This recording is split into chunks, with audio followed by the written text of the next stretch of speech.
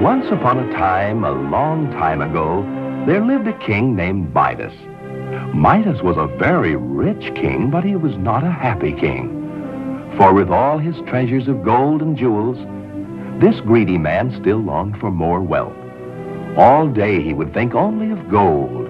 Restless nights as he tossed about on his royal bed, he dreamed of more gold. He wanted above all else to become the wealthiest man in the world, and often he would forget his young daughter Marigold, whom he truly loved very much.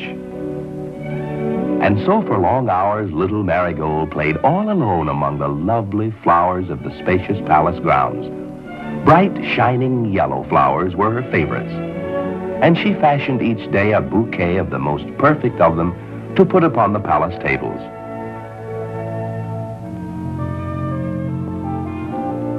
The choicest flower of the lot was always shared with her father. But greedy King Midas only sighed and thought, if only these flowers were real gold instead of merely golden color, then they would truly be worth the having. But Marigold loved the sweet-smelling flowers just as they were, and she hurried to place them in cool, fresh water, lest they wilt. The bright yellow color of the flowers reminded Midas of the golden coins and the treasures hidden deep in his castle dungeon, and he worried that perhaps someone had discovered them.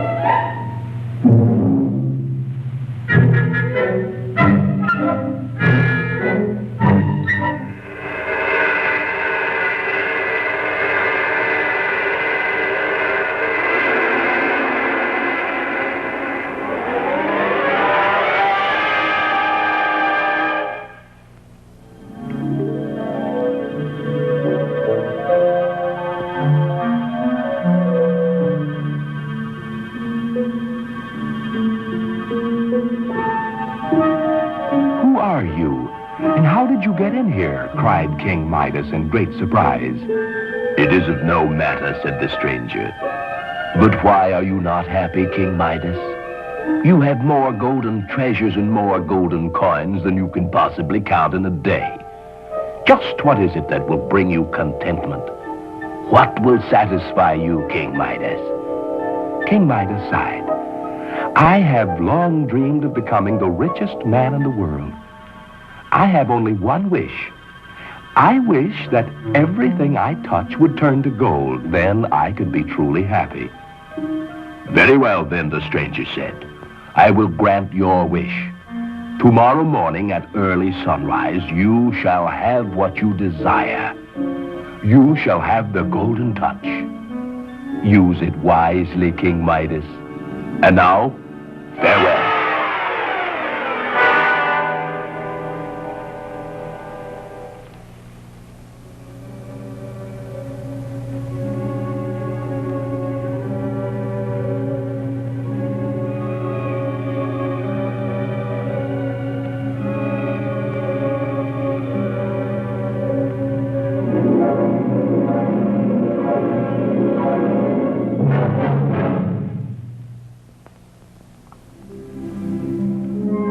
Not wanting to go to bed lest he oversleep, the king dozed that night in a chair at the head of his dining table. At dawn, the golden rays of sunlight pierced the palace windows. King Midas awoke at once, eager to test the power of his promised golden touch.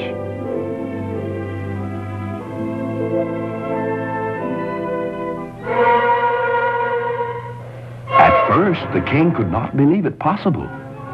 But when he rapped upon the chair, he knew it to be solid gold.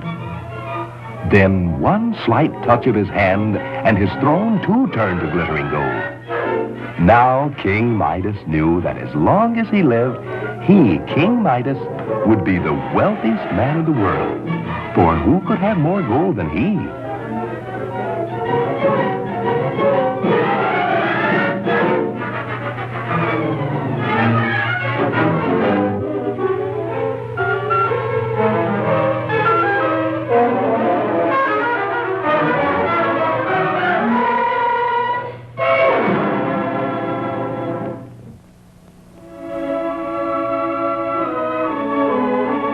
The golden touch made King Midas very happy. But as he sat down to eat breakfast, Marigold came in from the garden with an armful of golden flowers. "Look, Father," she said sadly, "what has happened to my lovely flowers? They are hard and ugly and have no fragrance at all." "Wonderful, my dear," said the king. "They are real gold. Imagine real gold. Come now, sit down and eat your breakfast."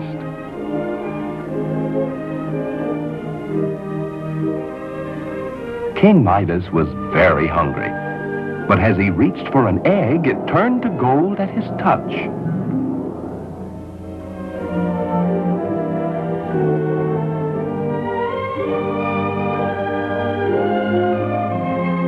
And as he picked up the loaf of bread, it too turned to gold. "Oh, this will never do," thought the king to himself. "Such a costly breakfast and not a thing to eat."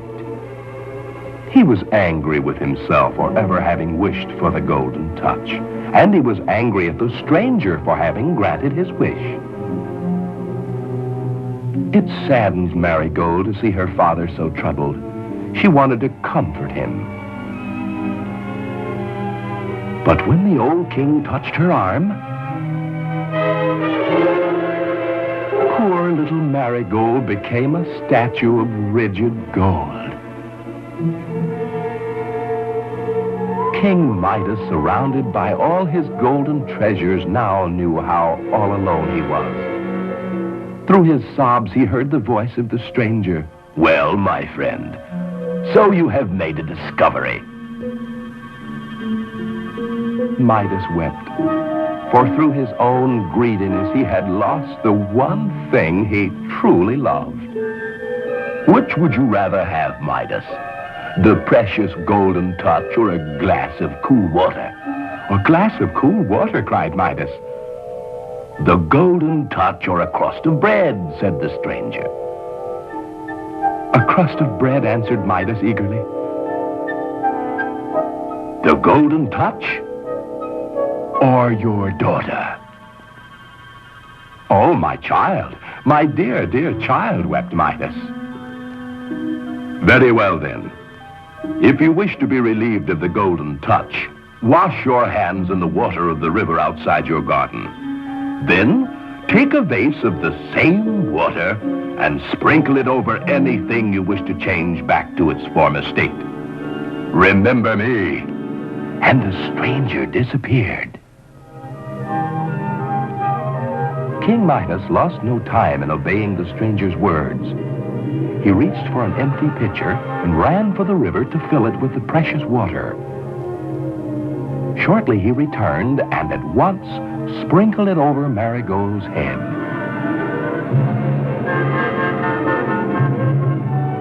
Soon all traces of the golden touch were gone, and he began to hate the sight of anything made of gold. The only gold that he did enjoy was the gold in his little daughter's hair. And so we are told, they lived happily ever after.